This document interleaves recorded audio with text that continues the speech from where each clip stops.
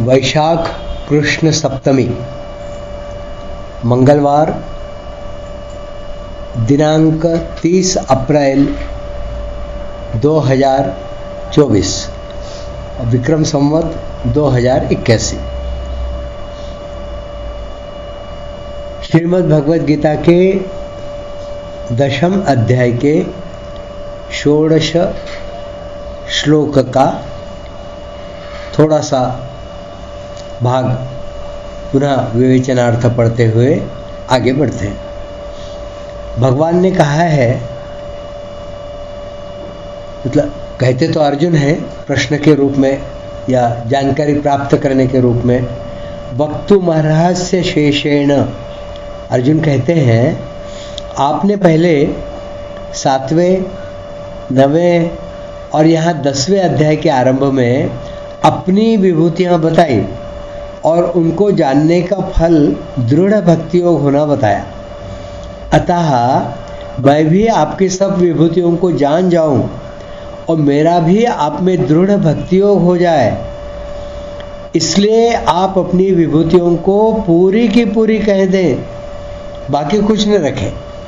ऐसा विनम्र निवेदन अर्जुन भगवान से कर रहे हैं। बात आगे बढ़ाते हुए वे कहते हैं, दिव्या ह्यात्म विभूतयः।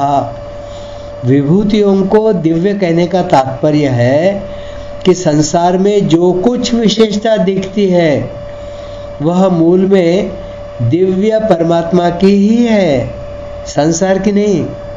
अतः संसार की विशेषता देखना भोग है और परमात्मा की विशेषता देखना विभूति योग, विभूति है व योग है।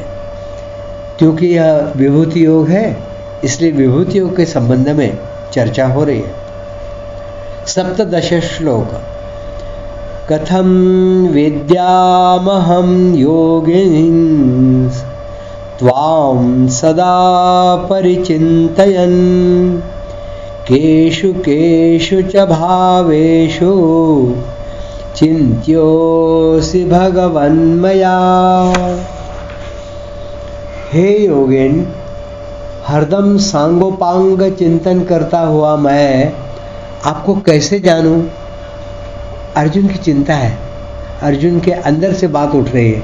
और हे भगवान, किन किन भावों में आप मेरे द्वारा चिंतन किए जा सकते हैं, अर्थात किन किन भावों में मैं आपका चिंतन करूं?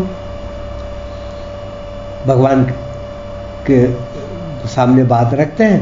कथम विद्यामहं योगिः त्वां सदा परिचिन्तयन्।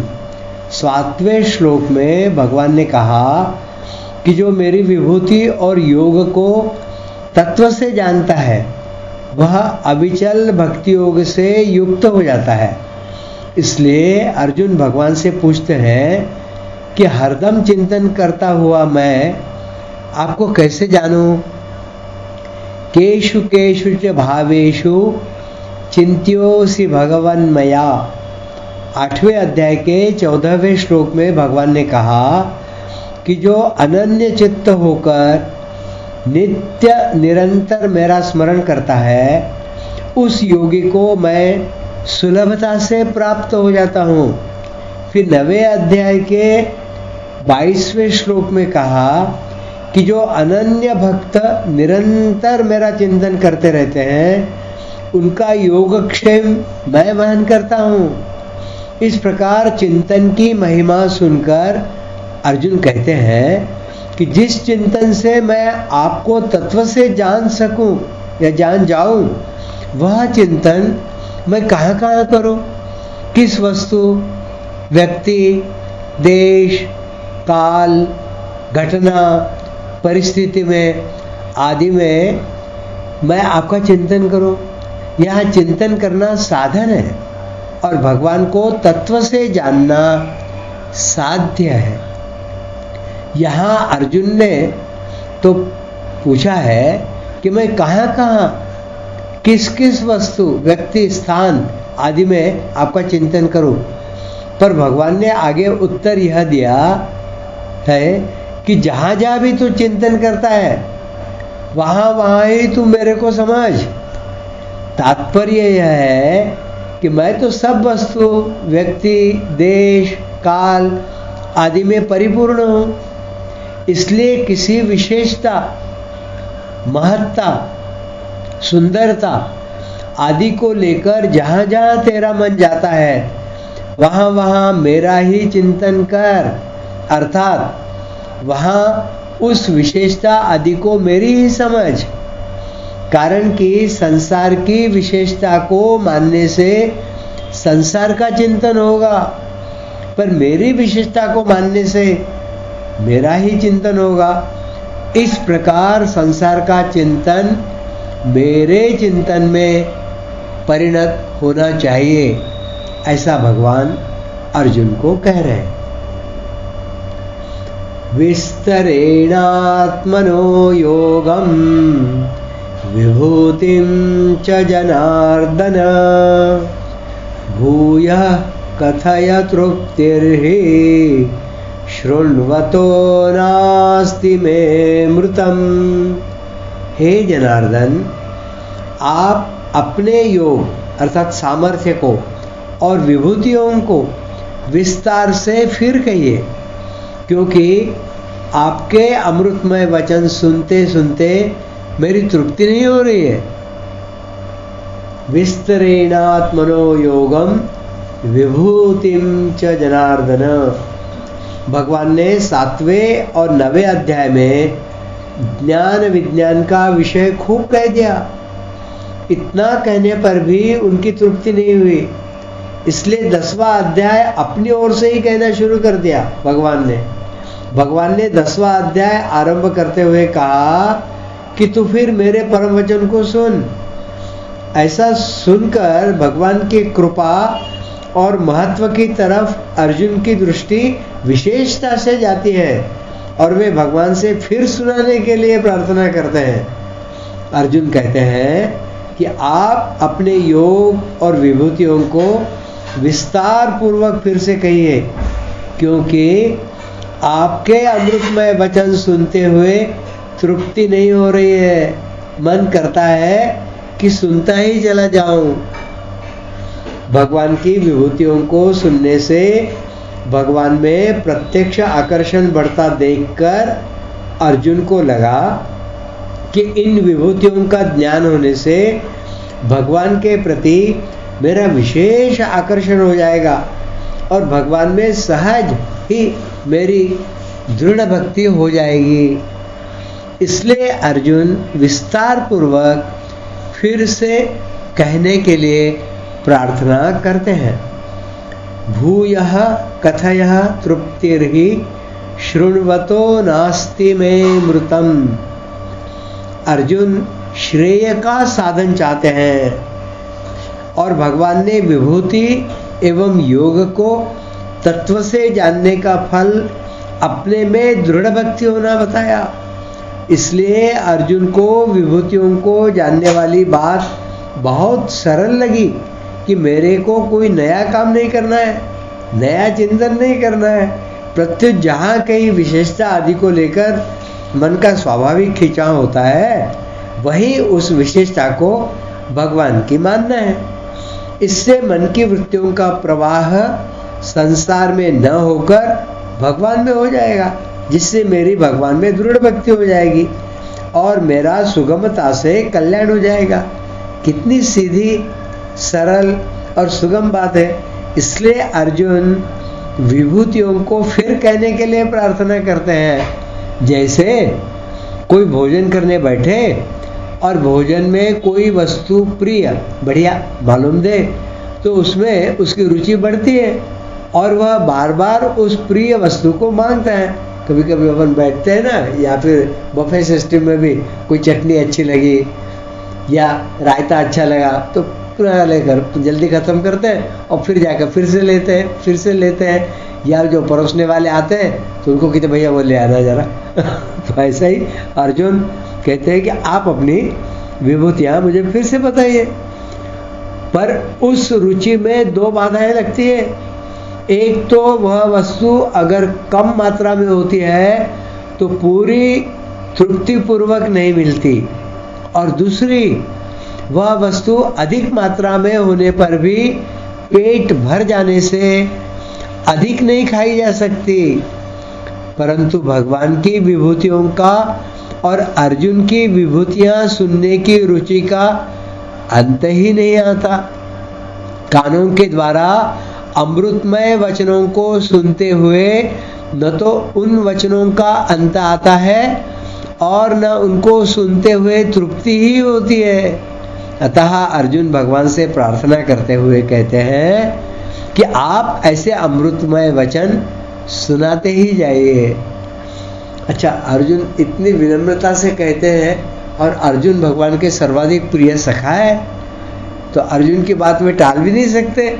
और अर्जुन कहते कि नहीं, आप ही बताओ, आप अपने बारे में और बताओ, अपनी विभूतियों के बारे में और बताओ। तो उनको जो मिठास आई हुई है, भगवान उनकी तृप्ति करना भी चाहते हैं। तो अर्जुन की प्रार्थना स्वीकार करके भगवान आगे के श्लोक से अपनी विभूतियों और योग को कहना आरंभ करते हैं। यह विभूति योग ही है। तो भगवान अपनी विभूतियां पहले ही अनेक विभूतियां बता चुके, 27 विभूतियां तो पहले ही बता चुके, और कुछ विभूतियां जिस जहाँ जहाँ जो श्रेष्ठता है, विशेषता है, उसे विभूति के रूप में वे बताते हैं। वहाँ मैं ही हूँ, मेरे कारण ही है, मैं ही उनका निर्माता हूँ, इस रूप में भगवान कहते हैं। 19वां श्लोक। श्री भगवान उवाच हन्त ते कथयिष्यामि दिव्याह्यात्मविभूतयः प्राधान्यतः कुरु श्रेष्ठ नास्त्यन्तो विस्तरस्य मे। श्री भगवान बोले, हाँ ठीक है, मैं अपनी दिव्य विभूतियों को तेरे लिए प्रधानता से अर्थात संक्षेप से कहूँगा, क्योंकि हे कुरुश्रेष्ठ, मेरी विभूतियों के विस्तार का अंत नहीं है, इसलिए उसमें से कुछ थोड़ी बहुत विशेषता और प्रधानता से आगे बढ़ाकर उनको मैं प्रमुखता से तुम्हारे सामने रखता हूँ। हन्तते कथयिष्यामि दिव्या ह्यात्म विभूतयः। योग और विभूति कहने के लिए अर्जुन की जो प्रार्थना है, उसको हंत अव्यय से स्वीकार करते हुए भगवान कहते हैं कि मैं अपनी दिव्य अलौकिक विलक्षण विभूतियों को तेरे लिए कहूँगा। योग की बात भगवान ने आगे 41वें श्लोक में कही है। दिव्याहा कहने का तात्पर्य है कि जिस किसी वस्तु, व्यक्ति, घटना आदि में जो कुछ भी विशेषता दिखती है, वह वस्तुता भगवान की ही है, इसलिए उसको भगवान की ही देखना दिव्यता है, और वस्तु, व्यक्ति आदि की देखना अदिव्यता अर्थात लौकिकता है। प्राधान्यतः कुरु श्रेष्ठ नास्त्यंतो विस्तरस्य में। जब अर्जुन ने कहा कि भगवान आप अपनी विभूतियों को विस्तार से पूरी की पूरी कह दें, तब भगवान कहते हैं कि मैं अपनी विभूतियों को संक्षेप से कहूँगा, क्योंकि मेरी विभूतियों का अंत नहीं है। पर आगे 11वें अध्याय में जब अर्जुन बड़े संकोच से कहते हैं कि मैं आपका विश्वरूप देखना चाहता हूँ, अगर मेरे द्वारा वह रूप देखा जाना शक्य है तो दिखा दीजिए, तब भगवान कहते हैं पश्य में पार्थ रूपाणी, अर्थात तू मेरे रूपों को देख ले। रूपों में कितने रूप? क्या 2-4? नहीं, सैकड़ों हजारों रूपों को देख। इस प्रकार यहाँ अर्जुन की विस्तार से विभूतियाँ कहने की प्रार्थना सुनकर भगवान संक्षेप से विभूतियाँ सुनने के लिए कहते हैं, और वहाँ अर्जुन की एक रूप दिखाने की प्रार्थना सुनकर भगवान सैकड़ों हजारों रूप देखने के लिए कहते हैं। यह एक बड़े आश्चर्य की बात है कि सुनने में तो आदमी बहुत सुन सकता है, पर उतना नेत्रों से देख नहीं सकता, क्योंकि देखने की शक्ति कानों की अपेक्षा सीमित होती है। उसका थोड़ा विस्तार है। कान का विषय है शब्द, और शब्द दो तरह का होता है, वर्णात्मक और ध्वन्यात्मक। कान के द्वारा शब्दों को सुनकर हमें प्रत्यक्ष का भी ज्ञान होता है और अप्रत्यक्ष अर्थात स्वर्ग, नरक आदि का भी ज्ञान होता है। इसलिए वेदांत प्रक्रिया श्रवण, मनन, निधिध्यासन आदि में श्रवण सबसे पहले आया है। ऐसे ही भक्ति में भी श्रवण, कीर्तन, स्मरण, पाद सेवन, ये जो नवविधा भक्ति है उसमें भी आया है, श्रवण पहले आया है। शास्त्रों में जिस परमात्म तत्व का वर्णन किया गया है उसका ज्ञान अर्थात परोक्ष ज्ञान हमें कानों से ही होता है, अर्थात कानों से सुनकर ही उसके अनुसार करने, मानने या जानने से हम उस परमात्म तत्व का साक्षात्कार करते हैं। शब्द में अचिंत्य शक्ति है।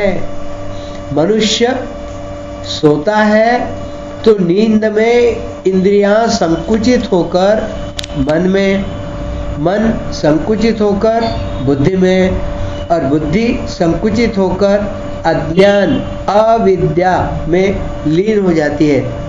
इस तरह यद्यपि नींद में इंद्रियां बहुत छिपी रहती है, तथापि सोए हुए आदमी का नाम लेकर पुकारा जाए तो वह जग जाता है। शब्द में इतनी शक्ति है कि वह अविद्या में लीन हुए को भी जगा देता है। अतः शब्द में अनंत शक्ति है। दृष्टि तो पदार्थ तक जाकर रुक जाती है, पर शब्द केवल कान तक ही नहीं जाता, प्रत्युत स्वयं तक चला जाता है, मतलब आत्म तत्व तक पहुंचता है। नेत्रों में रूप पकड़ा जाता है, जैसे दर्पण में मुख देखते समय कांच के भीतर रूप चला जाता है तो उसमें मुख दिखाई देने लगता है। ऐसे ही आंख में भी एक कांच है जिसके भीतर पदार्थ का रूप चला जाता है तो वह पदार्थ दिखाई देने लगता है। नेत्रों में एक विशेष शक्ति यह है कि वे पहले रूप को पकड़े हुए ही दूसरे रूप को देख लेते हैं। इसी कारण जब बिजली से पंखा चलता है तब उसके तीनों पर अलग अलग घूमने पर भी नेत्रों को अलग अलग पर घूमते दिखाई न देकर एक चक्र सा दिखाई देता है। ऐसे होते हुए भी कानों में जितनी शक्ति है उतनी नेत्रों में नहीं है। इंद्रियां केवल अपने अपने विषयों को ही पकड़ सकती है, परमात्मा तत्व को नहीं पकड़ सकती, क्योंकि परमात्मा तत्व इंद्रियों का विषय नहीं है। परमात्मा तत्व स्वयं का विषय है, अर्थात उसका ज्ञान स्वयं से ही होता है। इसलिए अर्जुन ने इस अध्याय में कहा है कि आप स्वयं को स्वयं से ही जानते हैं। स्वयमेवात्मनात्मानं वेत्थ त्वम्। दूसरे अध्याय में भगवान ने बताया है कि मन में आई हुई संपूर्ण कामनाओं को छोड़ने पर मनुष्य अपने से ही अपने आप में संतुष्ट होता है। प्रजहाति यदा कामान सर्वान् पार्थ मनोगतान आत्मन्येवात्मना तुष्टः। तात्पर्य यह हुआ कि परमात्मा तत्व का ज्ञान करण निरपेक्ष है। उस ज्ञान को आंखें नहीं पकड़ सकती, पर कान शब्दों के द्वारा पकड़ करके स्वयं तक पहुंचा देता है। थोड़ी सी बात और रहती है, पढ़ लेते हैं। सामर्थ्य मतलब फिर भी जब अर्जुन ने संपूर्ण विभूतियों को सुनने में अपनी सामर्थ्य बताई तो भगवान ने संक्षेप से सुनने के लिए कहा, और जब अर्जुन ने एक रूप को देखने में नम्रता पूर्वक अपनी असमर्थता प्रकट की तो भगवान ने अनेक रूप देखने के लिए कहा। इसका कारण यह है कि गीता में अर्जुन का भगवत विषय ज्ञान उत्तरोत्तर बढ़ता जाता है।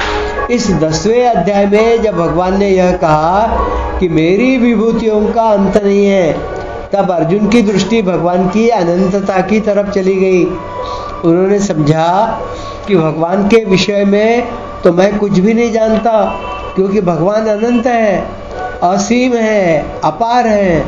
परंतु अर्जुन ने भूल से कह दिया कि आप अपनी सबकी सब विभूतियां कह दीजिए। इसलिए अर्जुन आगे चलकर सावधान हो जाते हैं और नम्रता पूर्वक एक रूप को दिखाने के लिए ही भगवान से प्रार्थना करते हैं। नेत्रों की शक्ति सीमित होते हुए भी भगवान दिव्य चक्षु प्रदान करके, अर्थात चर्म चक्षुओं में विशेष शक्ति प्रदान करके अपने अनेक रूपों को देखने की आज्ञा देते हैं। दूसरी बात, वक्ता की व्यक्तिगत बात पूछी जाए और अपनी अज्ञता तथा अयोग्यता पूर्वक अपने जानने के लिए प्रार्थना की जाए, इन दोनों में फर्क होता है। यहाँ अर्जुन ने विस्तार पूर्वक विभूतियां कहने के लिए कहकर भगवान की थाह लेनी चाहिए, तो भगवान ने कह दिया कि मैं तो संक्षेप से कहूँगा, क्योंकि मेरी विभूतियों की थाह नहीं है। 11वें अध्याय में अर्जुन ने अपनी अज्ञता और अयोग्यता प्रकट करते हुए भगवान से अपना अव्यय रूप दिखाने की प्रार्थना की। तो भगवान ने अपने अनंत रूप देखने के लिए आज्ञा दी और उनको देखने की सामर्थ्य अर्थात दिव्य दृष्टि भी दी। इसलिए साधक को किंचित मात्र भी अपना आग्रह अहंकार न रखकर और अपनी सामर्थ्य बुद्धि न लगाकर केवल भगवान पर ही सर्वथा निर्भर हो जाना चाहिए, क्योंकि भगवान की निर्भरता से जो चीज मिलती है वह अपार मिलती है, अपार मिलती है। आज का विवेचन यही समाप्त करते हैं।